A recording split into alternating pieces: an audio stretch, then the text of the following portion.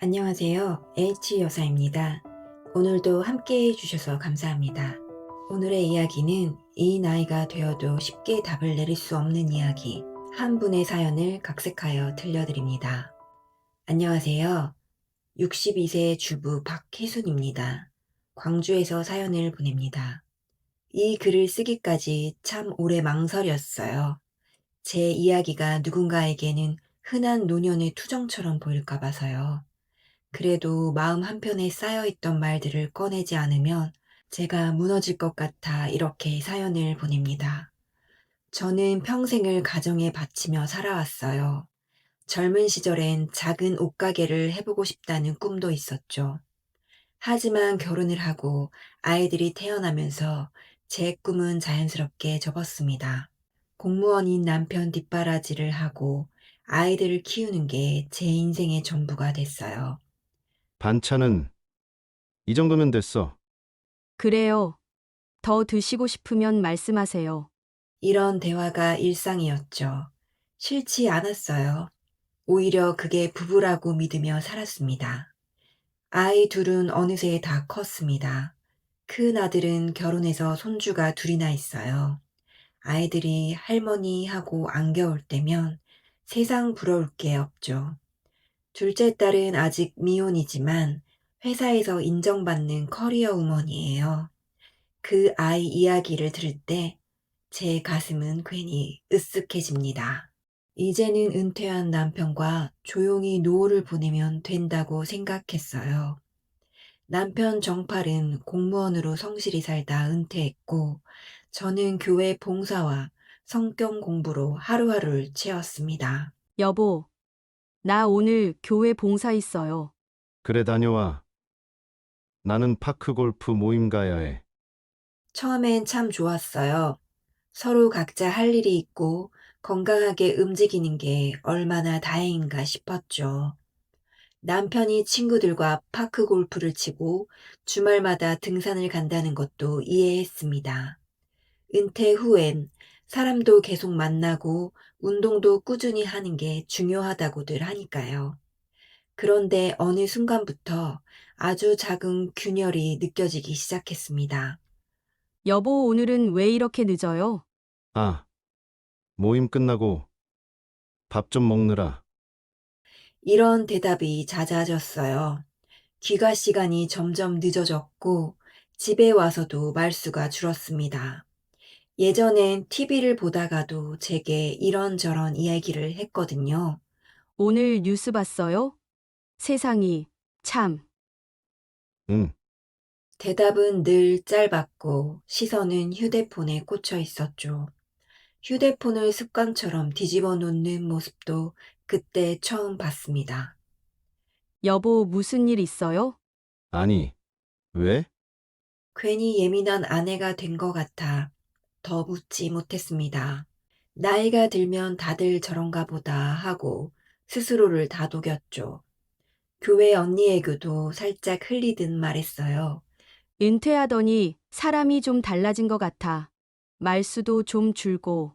다 그렇지 뭐. 남자들은 원래 그래. 그 말에 또 한 번 제 마음을 눌러 담았습니다. 그러던 어느 날이었어요. 저녁을 먹고 설거지를 마친 뒤 거실에서 남편을 기다리는데 휴대폰이 소파 위에 놓여 있더군요. 늘 손에서 떼지 않던 휴대폰이 말이에요. 무심코 뒤집혀 있던 화면이 켜지며 메시지 알림이 스치듯 지나갔습니다. 정말 찰나였어요. 보려 하지 않았는데 눈에 들어오고 말았습니다. 오늘도 기다릴게요. 사랑해요. 순간 숨이 막혔어요. 심장이 철렁 내려앉는다는 표현. 그때 처음 실감했습니다. 손끝이 얼어붙어서 휴대폰을 다시 뒤집는 것도 쉽지 않더군요. 보낸 사람 이름은 정이었습니다. 정이? 머릿속이 하얘졌습니다. 친구일까? 모임 사람일까? 별별 생각이 다 스쳤죠. 하지만 사랑해요 라는 말이 계속 눈앞에서 맴돌았습니다. 그때 남편이 방문을 열고 나왔어요. 당신 왜 그렇게 멍하니 있어? 아, 아니에요.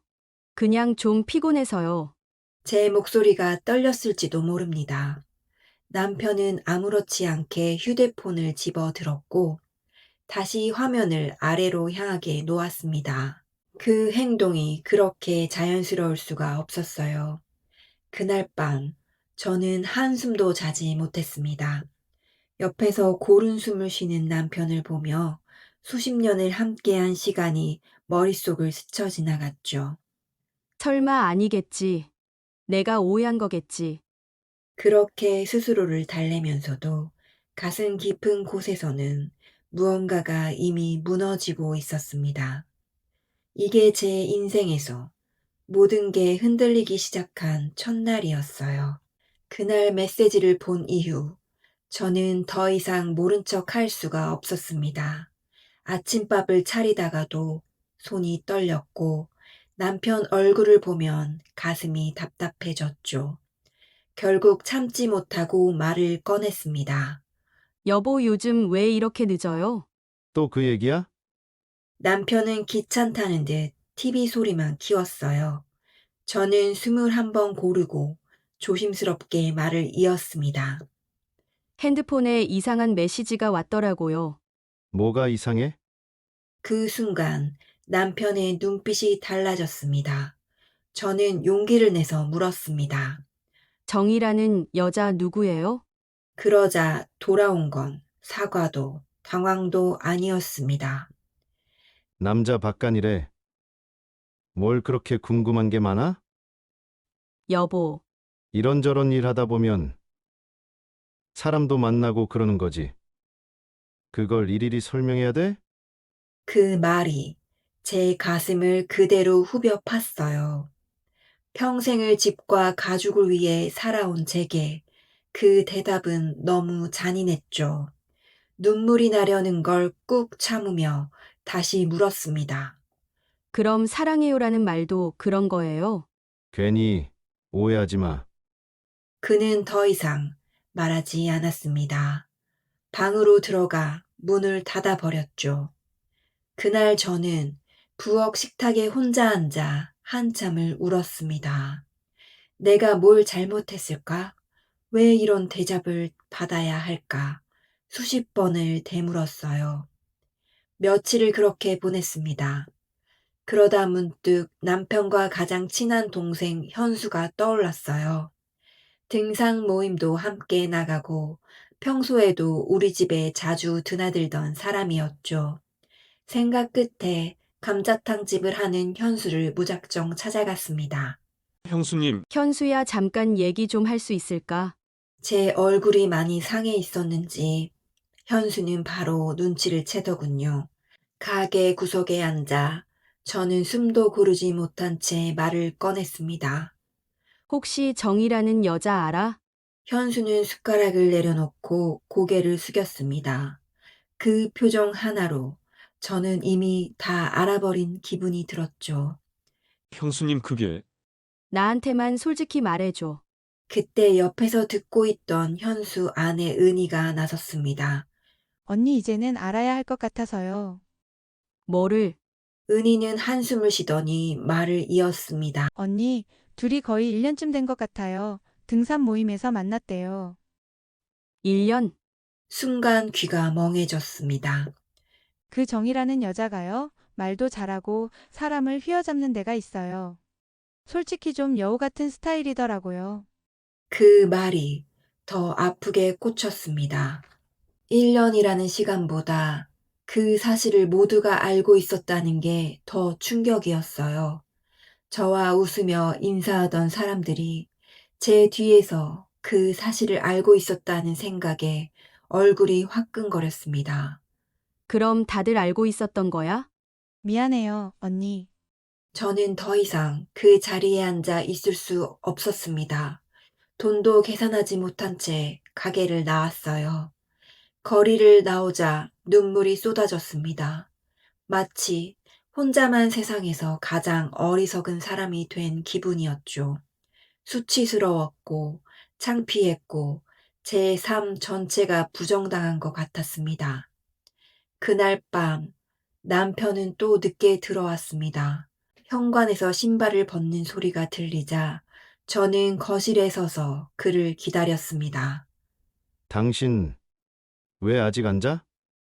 저는 그를 똑바로 바라보고 물었습니다. 정이라는 여자 누구야? 남편은 잠시 멈칫하더니 이내 표정을 굳혔습니다. 하지만 제가 예상했던 미안함은 없었어요. 알거 다 알았나 보네. 현수랑 은희도 다 알고 있더라. 그는 한숨을 쉬며 소파에 앉았습니다. 그 여자는 나를 이해해줘. 나는요? 너는 늘 교회 얘기뿐이잖아. 그 말에 말문이 막혔습니다. 그는 이어서 말했습니다. 정이랑 있으면 내가 살아있는 사람 같아. 그게 무슨 말이에요? 젊었을 때 느꼈던 설렘. 그걸 다시 느끼게 해주는 사람이야. 그리고 마지막으로 제 가슴을 완전히 무너뜨린 말을 했습니다.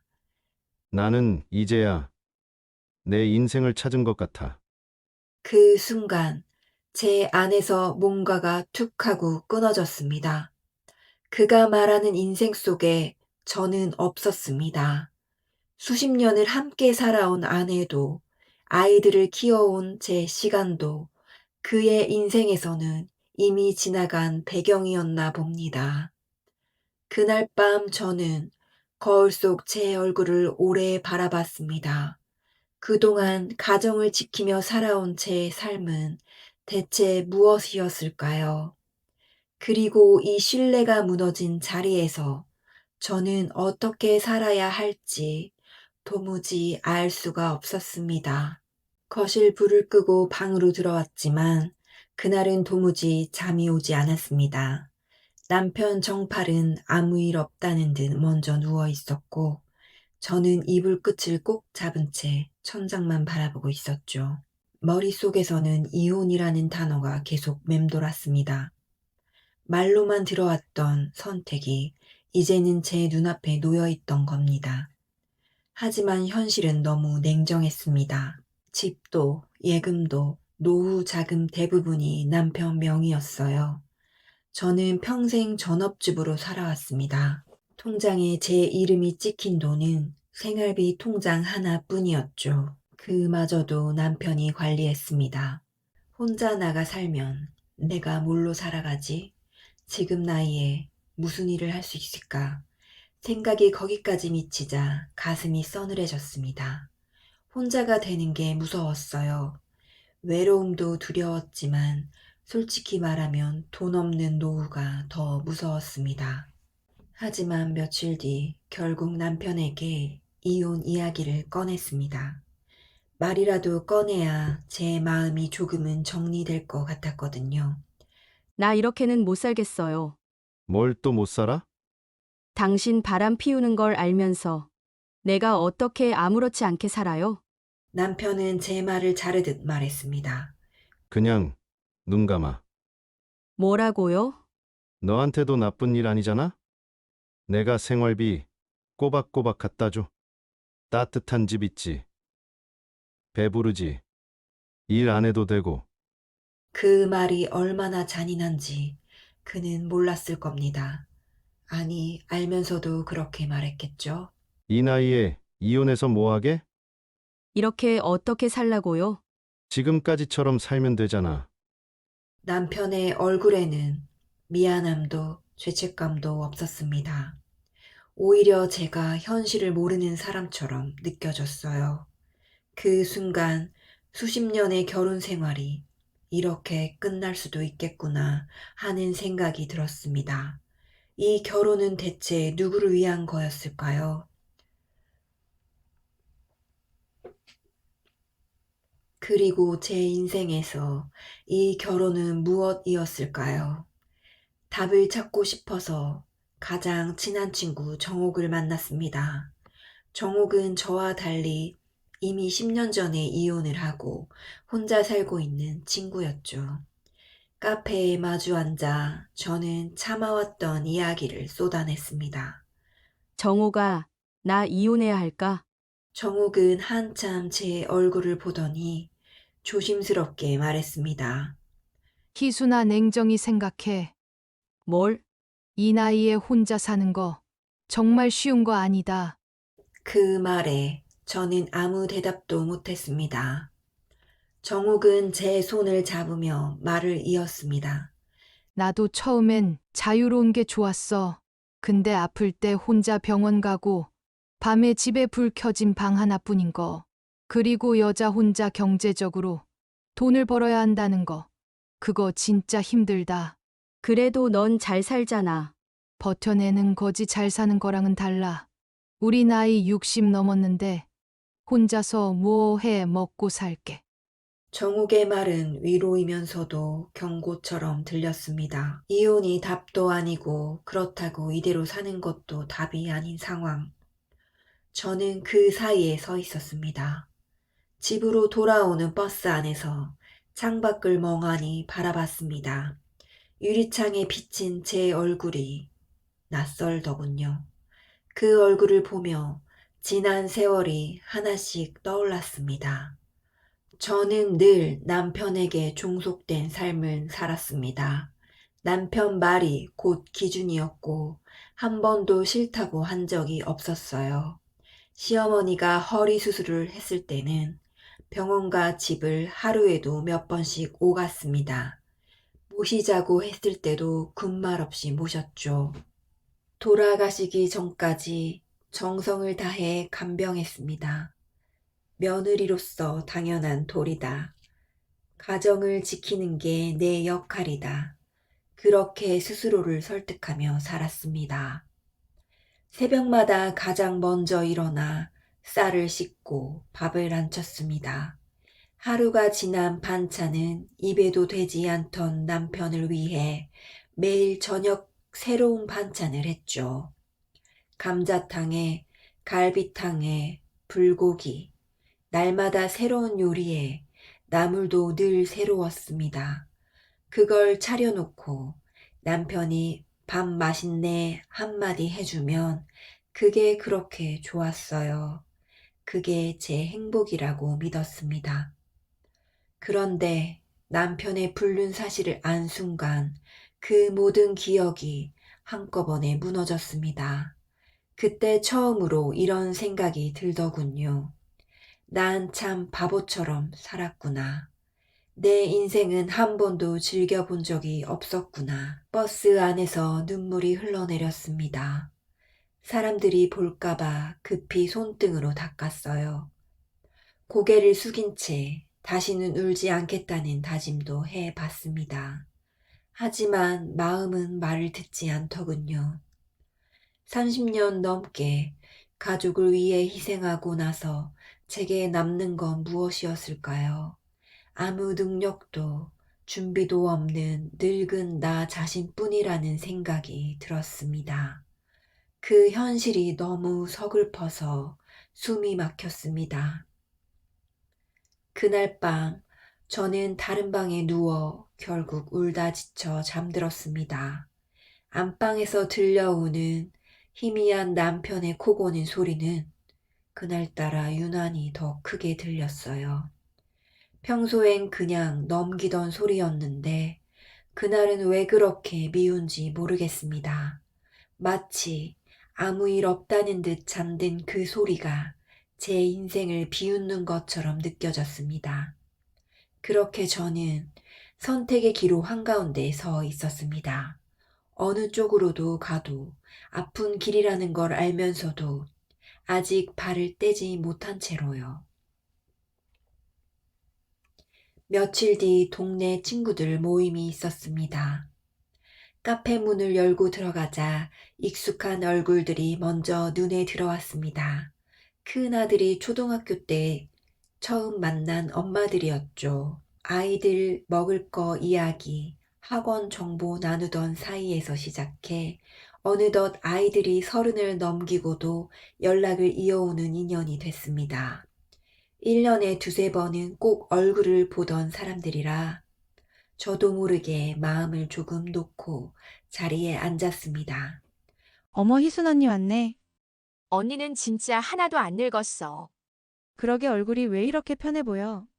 그 말에 저는 습관처럼 웃었습니다. 편해 보인다는 말이 그렇게 아이러니할 수가 없었죠. 다들 커피를 시켜놓고 자연스럽게 아이들 이야기부터 시작했습니다. 큰 아들 요즘 어때? 손주들 많이 컸겠다. 응, 첫째 손주는 유치원 들어갔고, 둘째는 아직 집에 있지. 말을 하는데 제 입꼬리가 저절로 올라갔습니다. 손주 이야기만큼은 아직도 제 자랑이었거든요. 역시 언니는 인생 잘 풀렸다. 그러게 아들도 잘 키웠지. 며느리도 착하지. 형부도 공무원이었잖아. 은퇴했어도 연금 나오고 이제 진짜 편하게 살 일만 남았네. 그 말들이 제 귀에 하나하나 꽂혔습니다. 다들 저를 부러운 눈으로 보고 있었어요. 마치 제 인생이 교과서에 나오는 모범 답안이라도 되는 것처럼요. 저는 그저 고개를 끄덕이며 대답했습니다. 뭐 다들 그렇게 사는 거지. 누군가 웃으며 말했습니다. 그래도 언니는 걱정이 없잖아. 맞아, 요즘 같은 세상에 그 정도면 성공한 거지. 나는 언니처럼만 살았어도 소원이 없겠다. 그 말을 듣는데 가슴 한쪽이 묘하게 저려왔습니다. 이 사람들은 제 속사정도 전혀 모른 채 제 겉모습만 보고 인생을 평가하고 있었죠. 안정된 노후, 믿음직한 남편, 잘 큰 자식들, 그 틀 안에서 저를 정확히 끼워 맞추고 있었습니다. 잠시 대화가 끊겼을 때 한 엄마가 제 손을 덥석 잡았습니다. 언니는 진짜 복받은 사람이야. 왜? 남편 바람 걱정도 없지. 자식 걱정도 없지. 요즘 그런 집이 흔치 않아. 그 순간 심장이 철렁 내려앉았습니다. 저는 아무 말도 하지 못한 채 웃기만 했습니다. 웃음이 입에 붙어버린 것처럼 떨어지질 않았죠. 그래도 사람 인생 몰라. A 언니는 예외야. 예외라는 말이 그렇게 잔인하게 들릴 줄은 몰랐습니다. 저는 커피잔을 들어 올렸지만 손이 살짝 떨렸습니다. 아무도 눈치채지 못했겠죠. 다들 자기 이야기 하느라 바빴으니까요. 우리 아들은 아직 취업이 안 돼서 걱정이야. 야, 나는 남편이 다 늙어서 사업한다고 사고만 쳐. 그래도 언니는 다 가졌잖아. 그 말에 결국 조심스럽게 입을 열었습니다. 근데 인생이 겉으로 보인 게 다는 아니더라. 순간 다들 저를 바라봤습니다. 저는 괜히 말을 꺼낸 것 같아 급히 덧붙였습니다. 그냥 요즘 그런 생각이 들어서. 다행히 더 묻는 사람은 없었습니다. 누군가는 나이 들면 다 그렇지 하고 넘겼고 누군가는 다른 이야기로 화제를 돌렸죠. 저는 그 틈에서 안도의 숨을 쉬었습니다. 이 사람들 앞에서 제 이야기를 꺼낼 용기는 아직 없었습니다. 모임이 끝나고 집으로 돌아오는 길, 저는 버스 창가에 앉아 멍하니 밖을 바라봤습니다. 사람들은 저마다 집으로 향하고 있었고 창밖 풍경은 너무나 평범했습니다. 정말 나는 노후가 편안한 걸까? 아니면 다들 그렇게 믿고 싶은 걸까? 아이 친구 엄마들 사이에서 저는 여전히 평범하게 잘 사는 희순이었습니다. 그 역할을 내려놓지 않고 있는 것도 어쩌면 저 자신일지도 모른다는 생각이 들었습니다. 남들에게까지 솔직해질 용기가 없었던 거죠. 집에 도착하니 남편은 소파에 앉아 TV를 보고 있었습니다. 어디 갔다 와? 친구들 좀 만났어요. 그래. 그는 관심 없어 보였고 저도 더 말하지 않았습니다. 예전 같았으면 누가 왔는지 무슨 이야기를 했는지 줄줄이 말했을 텐데요. 그럴 마음이 들지 않았습니다. 방으로 들어왔습니다. 거울 앞에 서서 제 얼굴을 바라봤습니다. 친구들이 말하던 편해 보이는 얼굴, 그 얼굴이 정말 그런지 저는 잘 모르겠습니다. 그날 밤 이불 속에서 오래도록 생각했습니다. 사람들이 부러워하는 인생을 살고 있으면서도 이렇게 허전할 수가 있는 걸까요? 겉으로는 안정돼 보이는 이 삶이 제 안에서는 이미 금이 가고 있다는 사실을 아무도 모른 채로요. 그 모임은 저에게 위로도 답도 주지 않았습니다. 다만 하나는 분명해졌습니다. 나는 여전히 아주 외롭게 이 문제를 혼자 안고 있다는 사실이요. 정팔에게 이혼 이야기를 꺼낸 건 다음 날 아침이었습니다. 저는 마음속에서 수십 번쯤 연습한 말을 최대한 담당하게 꺼냈죠. 여보, 나 이혼할 생각이에요. 지금 그 얘기를 꼭 해야 돼? 정팔은 신문을 내려다본 채 고개도 들지 않았습니다. 저는 숨을 고르고 말을 이었습니다. 이렇게는 더 못 살겠어요. 당신도 알잖아요. 알긴 뭘 알아. 당신이 다른 여자 만나고 있다는 거요. 그제야 정팔이 저를 보더군요. 하지만 표정에는 여전히 귀찮음만 묻어 있었습니다. 시간을 좀 줘. 언제까지요? 지금은 아니잖아. 그는 늘 그렇게 말끝을 흐렸습니다. 결정은 미뤄두고 현실은 그대로 두려는 태도였죠. 저는 더 말하지 않았습니다. 말해봤자 달라질 게 없다는 걸 이제는 알았으니까요. 그 주말 정팔은 가방을 챙겨 집을 나섰습니다. 친구들이랑 강원도 좀 다녀올게. 그래요. 짧은 대답만 하고 현관에 서 있는 그의 뒷모습을 바라봤습니다. 친구들이란 말이 거짓이라는 걸 굳이 묻지 않아도 알 수 있었죠. 그 여자를 만나러 간다는 것도요. 하지만 이상하게도 그날은 따져 물을 힘조차 없었습니다.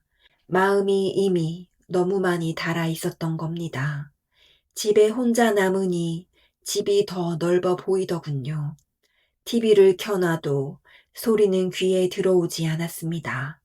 저는 식탁에 앉아 멍하니 시간을 보냈고 그날 밤은 거의 뜬 눈으로 지새웠습니다. 다음 날 오후 모르는 번호로 전화가 걸려왔습니다. 김정팔 씨 보호자 되시나요? 네, 맞습니다. 남편분이 교통사고로 입원하셨습니다. 순간 머릿속이 새하얘졌습니다. 병원 이름을 듣고 나서야 정신을 차렸어요. 택시를 타고 병원으로 가는 동안 손이 계속 떨렸습니다. 교통사고라는 말이 머릿속에 계속 맴돌았죠. 병원에 도착하니 정팔은 이미 응급처치를 마친 상태였습니다. 다리와 팔에 깁스를 하고 있었고 얼굴은 창백했어요. 당신, 왔어? 그의 목소리는 힘이 없었습니다. 간호사와 경찰에게 사고 경위를 듣고 나서야 저는 그가 그 여자와 함께 있었다는 사실을 확실히 알게 됐습니다. 드라이브를 하다 사고가 났다고 하더군요. 그 여자는 가벼운 철가상만 입었고 정팔은 수술이 필요하다고 했습니다. 수술실 앞에서 기다리는데 저쪽 복도에서 낯선 남자와 젊은 여자가 급히 걸어오는 게 보였습니다.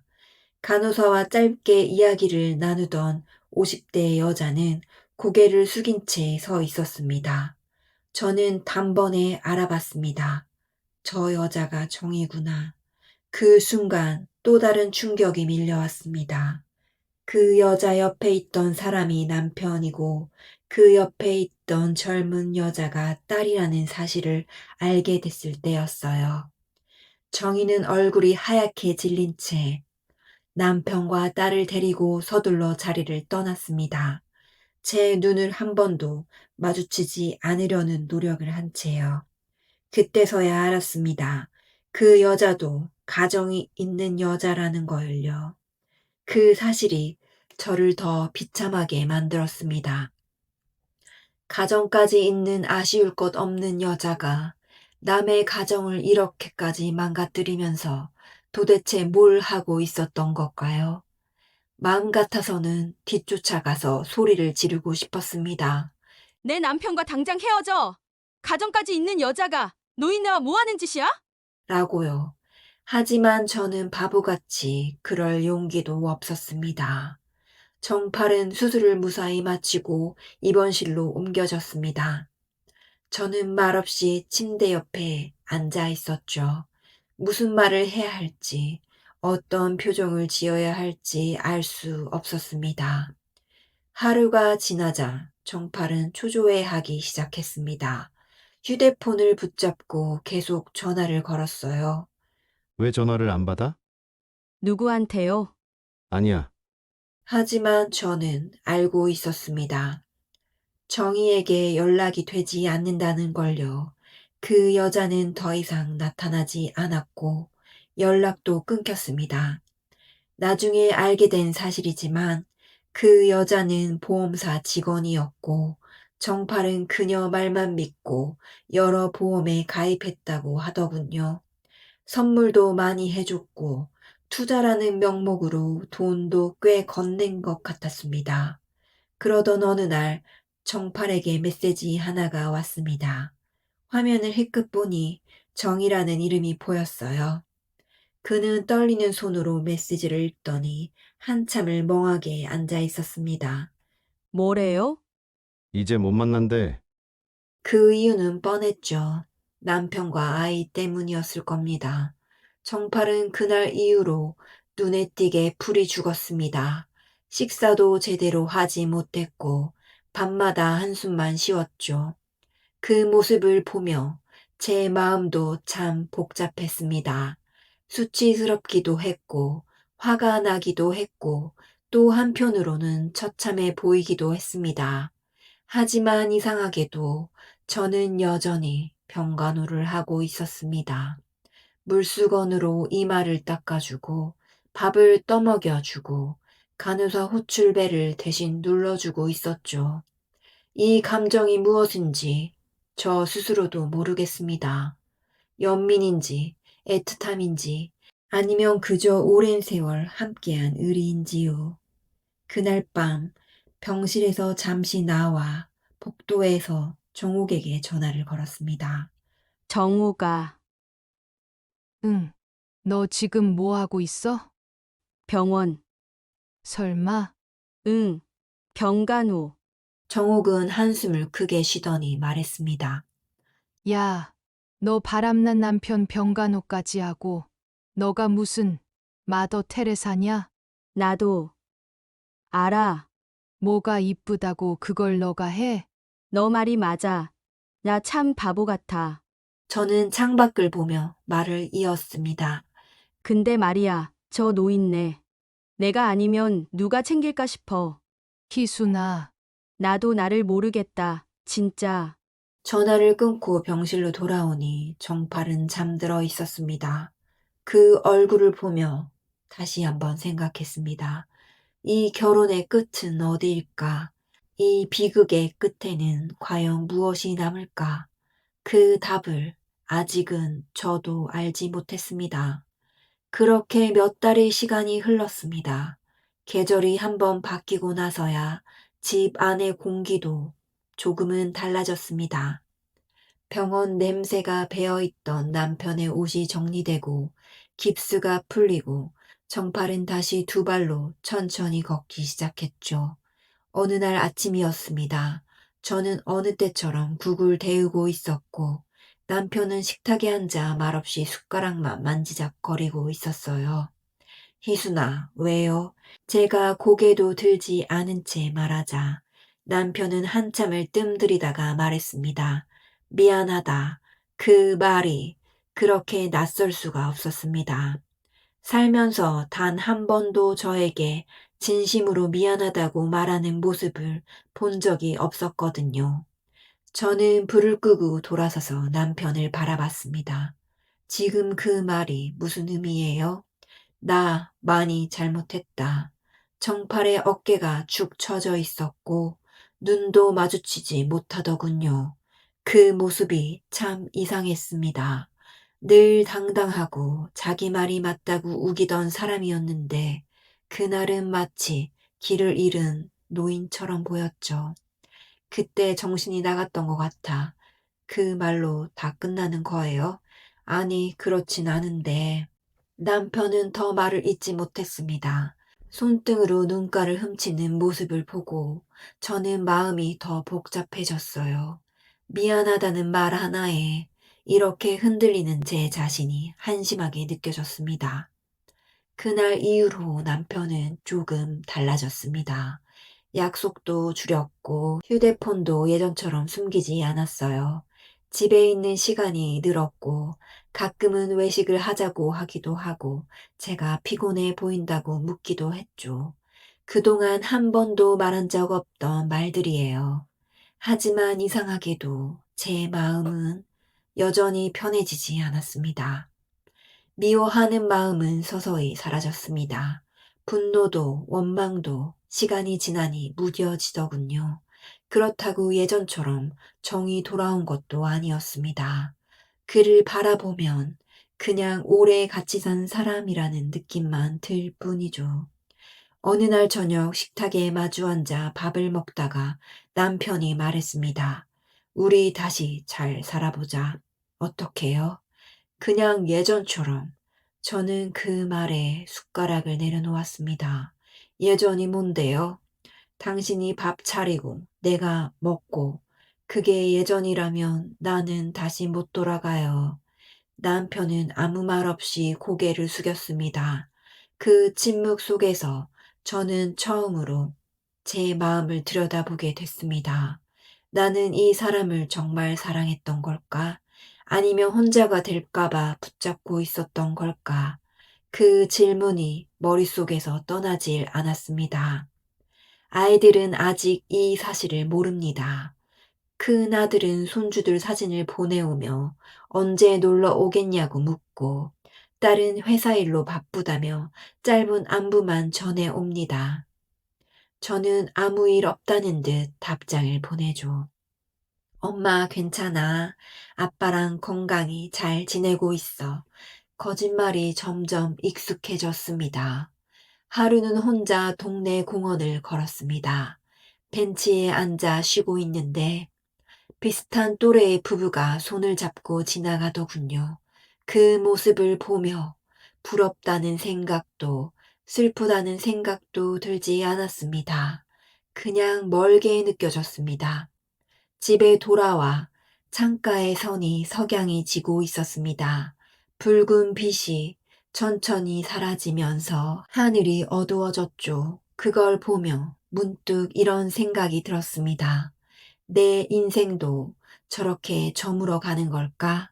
아직 숨은 쉬고 있고 하루는 흘러가지만 설렘도 기대도 없이 그냥 시간을 보내고 있다는 느낌이 들었습니다.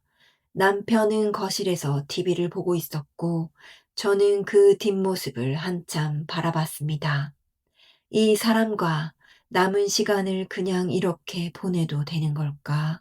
아니면 늦었더라도 여기서 내려오는 게 맞는 걸까? 솔직히 두렵습니다. 이 나이에 이혼해서 혼자 살 수 있을지, 경제적으로 버틸 수 있을지, 외로움은 견딜 수 있을지 자신이 없습니다. 하지만 또 한편으로는 이대로 사는 게 과연 사는 것인지도 모르겠습니다. 그래서 이렇게 사연을 보냅니다.